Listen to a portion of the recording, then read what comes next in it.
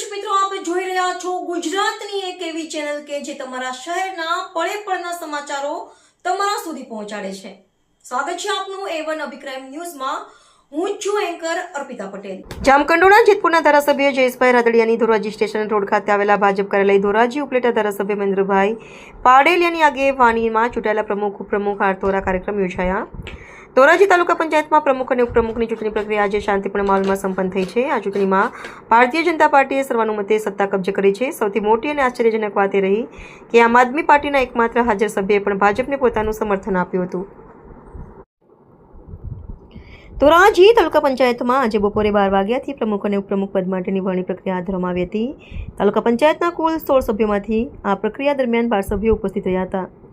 આજ રોજ ધોરાજી તાલુકા પંચાયતમાં પ્રમુખ અને ઉપપ્રમુખની વરણીની પ્રક્રિયા હતી। 16 સભ્યો પૈકી 12 સભ્યો હાજર હતા, જેમાં એક આમ આદમી પાર્ટી અને 11 ભારતીય જનતા પાર્ટીના સભ્યો હતા।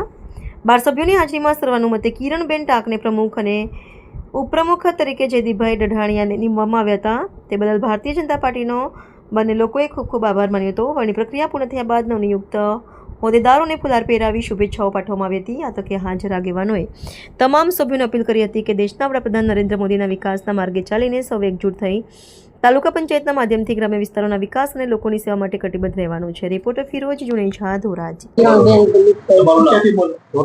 મારું નામ કિરણબેન દિલીપભાઈ છે।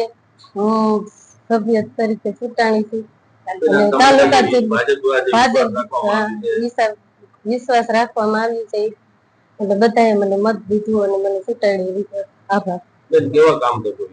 કામ સારા કરશે, હા એ બધા પૂરા કરી દે, એનો વિશ્વાસ પૂરો કરશે, એનો કામ કરીને નિભાવશે। આજરોજ ધોરાજી તાલુકા પંચાયત પ્રમુખ ઉપપ્રમુખ ની વરણીની પ્રક્રિયા હતી। 12 વાગે પ્રક્રિયા શરૂ થઈ। ધોરાજી તાલુકા પંચાયતમાં કુલ 16 સભ્યોની તાલુકા પંચાયત છે। એ 16 પૈકી 12 સભ્યો હાજર રહ્યા। 12 પૈકી એક સભ્ય આમ આદમી પાર્ટીના અને 11 સભ્યો ભારતીય જનતા પાર્ટીના ઉપસ્થિત રહેલા ચૂંટણી પ્રક્રિયા। આજે આમ આદમી પાર્ટીના એકમાત્ર સભ્ય એને પણ આજે ભારતીય જનતા પાર્ટીને પોતાનો ટેકો જાહેર કર્યો અને ભારતીય જનતા પાર્ટીના પ્રમુખ ઉપપ્રમુખની ચૂંટણીમાં પ્રક્રિયામાં ભાગ રહી અને ભારતીય જનતા પાર્ટીના પ્રમુખ ઉપપ્રમુખને એનો મત આપ્યો। એ સિવાય બાકીના ભારતીય જનતા પાર્ટીના 11 ઉપસ્થિત રહેલા સભ્યોએ એકતા બતાવી, એક સૂત્રતાથી એકી અવાજે ભારતીય જનતા પાર્ટીના પ્રમુખ કિરણબેન દિલીપભાઈ ટાંકને સર્વાનુમતે ચૂંટી કાઢ્યા છે।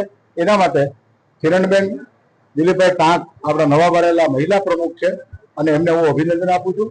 અને ઉપપ્રમુખ તરીકે જયદીપભાઈ ડઢાણિયા બિનહરીફ જાહેર થયા છે, એને પણ હું અભિનંદન આપું છું। અને તમામ સભ્યોને હું ખાસ આ તકે અનુરોધ કરું છું કે આપણે તાલુકા પંચાયતના માધ્યમ દ્વારા આપણે લોકોની સેવા કરવાની છે।